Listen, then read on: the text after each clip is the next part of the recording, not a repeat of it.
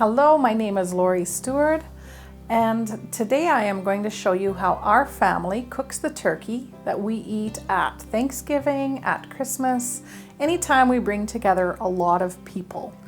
It's a traditional meal cooked here. Almost all the ingredients are sourced locally. So in the time of my great-great-grandmother, who was living in Saskatchewan, she was able to grow all of the ingredients that are used in today's meal on her farm. We're just coming up to the end of harvest. It is a time to give thanks for everything that we were given during the year. And we celebrate by coming together as a family and sharing a meal. And even today, turkey continues to be a very traditional meal eaten at every gathering. And the nice thing about turkey is it's probably the most inexpensive meal that you can make for a huge group of people. The really nice thing about turkey is how inexpensive it is. So it's really easy to feed a large family with a limited budget. Turkey this time of year you can usually pick up for $1 a pound or about $2 a kilogram, which makes it a very inexpensive meal. Turkeys are large, so be prepared to have to spend a few days to thaw it out so that it's ready to cook. The safe way to thaw your turkey is to thaw it slowly in the fridge, and a large turkey could take up to 2 days to thaw. We're going to be cooking a small turkey today. This one is 5 kilograms and should feed, 10, 12 people easily when we're all done with it. It's important to thaw your turkey slowly. I like to thaw it in the fridge. And it's important also to have it in a pot or some kind of glass or some kind of container that's going to catch all the juices, because turkey juice can have salmonella in it and you do not want to create any hazards in your fridge. So store that juice. As I mentioned before, the ingredients that go into the stuffing that we will put in the turkey are very simple. They are things that could have been procured from a farm in Saskatchewan 100 years ago. And they're the same that we use today. So we're going to use a bit of celery. You don't need very much. Some onions that we're going to chop up. Butter, spices, salt, and bread. And that's really all there is in there. The bread, you do not want fresh, brand new, perfect bread. A little bit of stale bread is actually a bit better. You'll need quite a bit of bread, so I've pulled out, I have 2.5 loaves here. The onions we're going to chop up, the celery we're going to chop up, and we're just going to saute them a little bit in the butter. The spices that I use, traditionally sage is used and summer savory. Our family uses more summer savory than sage. If you're prone to a bit of heartburn, summer savory doesn't give you heartburn like sage might. This is a commercial poultry seasoning. It's like all pre-mixed up. If you just want to use that, that's good. Personally, I'll use summer savory and just a little bit of sage and salt. And that is it. So we're just going to cut the bread into basically bite-sized chunks.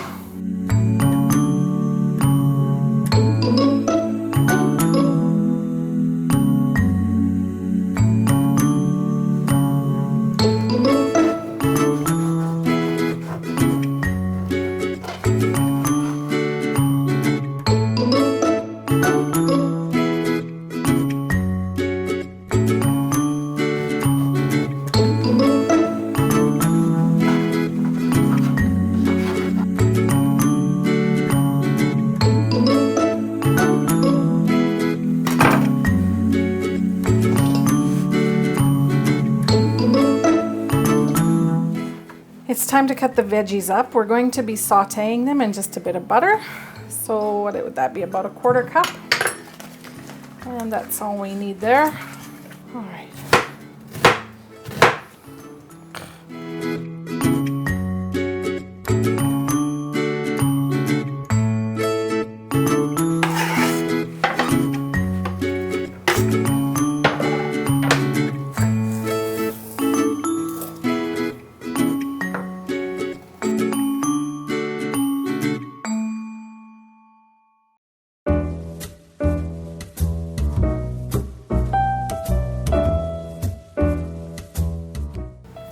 right, so we are simply going to cook this on a medium-high heat until it's the onions are slightly translucent.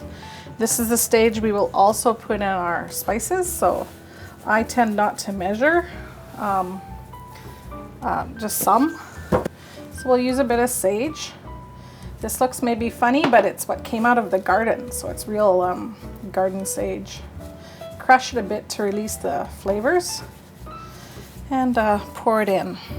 Same thing with summer savory. This also grows here. It's in the proper spice jar, but this is actually my mom who grew it. Again, crush it a bit to release the flavors, and you use quite a bit of it. I'm going to use just a bit more. The stuff you grow yourself isn't quite as potent as the stuff you buy in the store, so you need a bit more, but you want quite a lot. We might need to add more later. And so this is just going to saute for maybe 7-8 minutes. So you don't need to cook it right to translucent because it is going to cook for 4 hours inside of the bird. It will cook. But we want to get the spices moved around and the cooking process started. So you simply add your onion to your bread and then mix it up.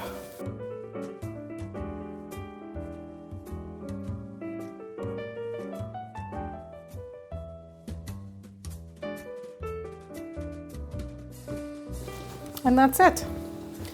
We've made the stuffing. All right, the next step is going to be to wash the turkey. So once it's thawed, make sure your sink is nice and clean. And we're just going to get down to the turkey. So I usually stuff my turkey directly in the sink because it's a big bird and this is where it makes the least amount of mess. Just make sure your sink is very well cleaned before and after. So you just open up the bird and simply put in the stuffing. And we stuff ours hard, so we put lots of stuffing in. The stuffing is the part of the meal that the family fights over, so you want to make as much as you can. And we've made probably too much stuffing for this bird, but that's okay.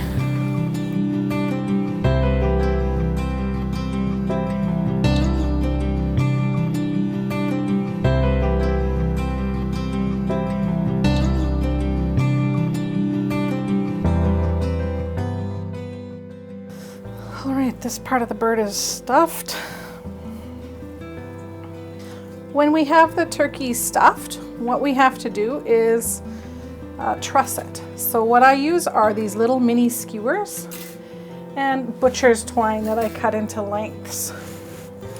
What you do is you weave these through your bird. We'll do one to get started. And you're going to take your butcher's twine and you lace it like shoes. So here we go, we'll tie it to start.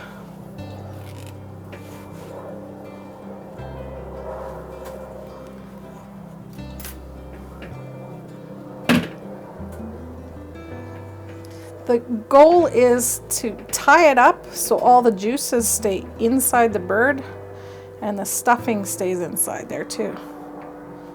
Come on.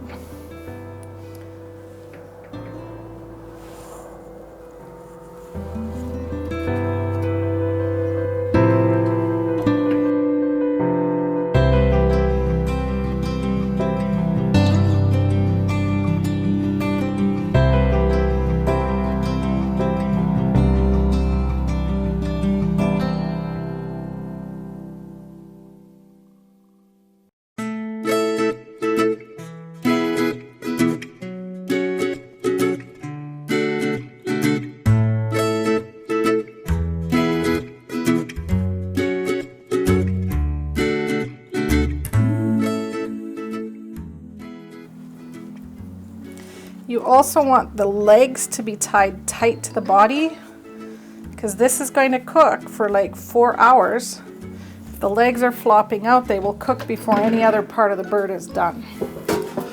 Now we need to stuff this side.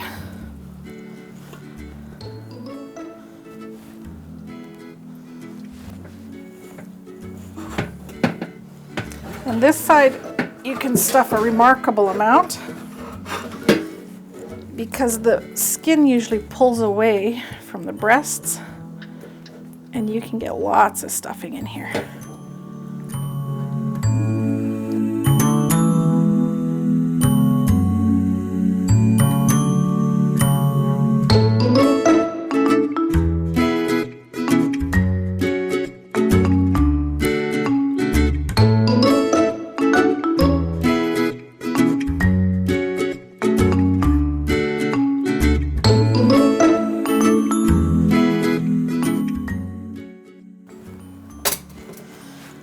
Truss it up again.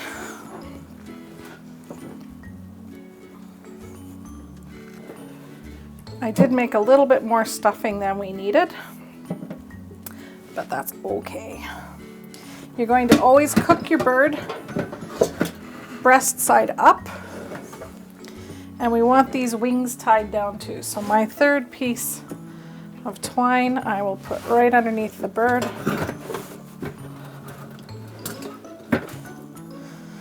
And just tie everything in place so that nothing is out of the body. It's all like one unit that's going to cook all at the same temperature or the same speed. And because my butcher's twine is cotton, it won't melt or anything crazy like that. It's just fine in the oven.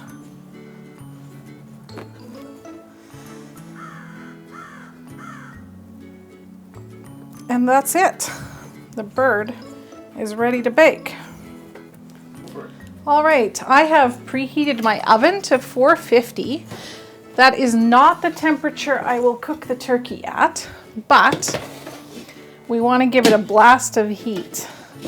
And I'm not sure I have my racks at the right height either. Oh yeah, that'll fit.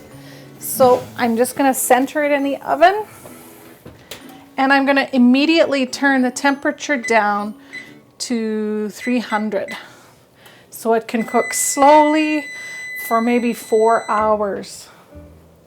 We will stop it several times throughout the day, and I will baste it. I will use this tool and we will show you how that works. All right, so our turkey has been cooking for quite a while. It's really important that during the cooking process, in order to keep it moist, you baste it. So as it cooks, there's going to be a lot of oil that runs down into the bottom of the pan. You pick it up with this baster and you simply spread it back over the bird.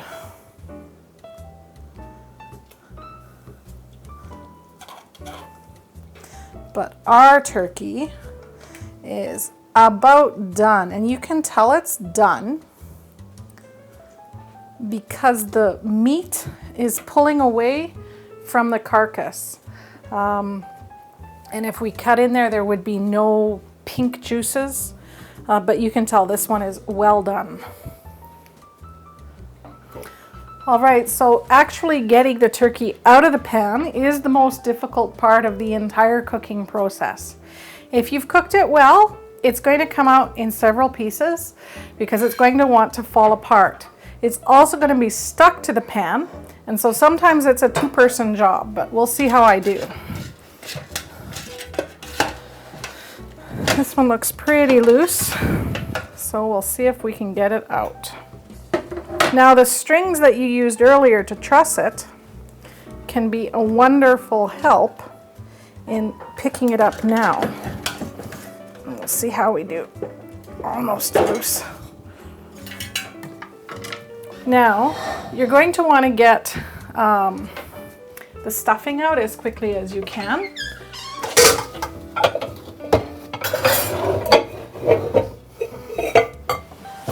I will get a bowl for my stuffing, and I will start taking out these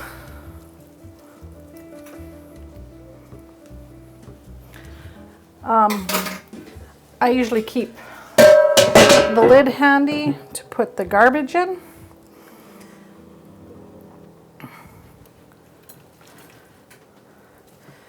And I'm going to need a plate to start putting some of the meat on, but really you want it to rest a few minutes before you carve it. All right, so you want to get the stuffing out pretty quickly and get it into a bowl.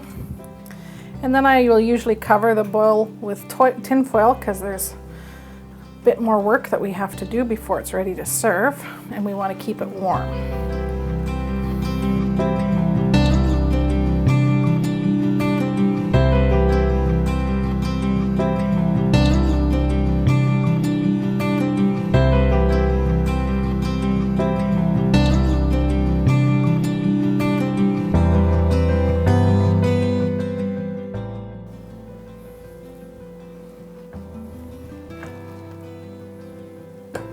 So the next thing we're going to do is to make the gravy. Always make the gravy in the pot that you cook the turkey in. There's a few reasons for this. First of all, it'll pull all the nice browning off the edge. It's also going to make this pan a whole lot easier to clean. The easiest way to make the roux is to make the gravy is to first make a roux. So a roux is simply flour with some water. Shake it up.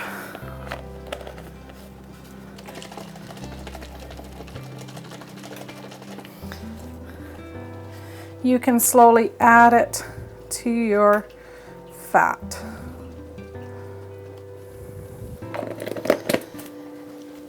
And you need a whisk.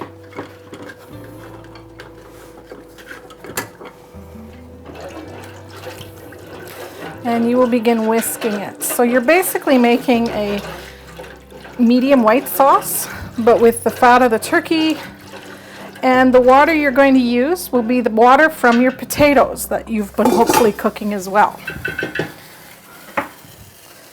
So we just steal some liquid from the potatoes and pour it in there. It's going to have a little bit of starch and it's going to give it a little bit of flavor. And you're not wasting water or the vitamins and nutrients that were in those potatoes. And then you just let this cook. So we're ready to carve the turkey. This is not my favorite part of cooking this meal, and I do not pretend to be an expert at it. But really the goal is to get the meat off the bird and onto the plate. And if your family is anything like my family, they just really like the meat and they don't care too much how it looks like when it reaches them. So this is well cooked. The bone came right out. And traditionally we separate the dark meat from the white meat on the plate because everybody has their preference. The dark meat has more fat in it, has a little bit more flavor. The white meat is a very, very lean meat. So if you're health conscious, it's the one for you. I hope that you will have the courage to try baking a turkey on your own. It's not that difficult to do, and the results are fantastic and tasty and can serve an army. Thank you.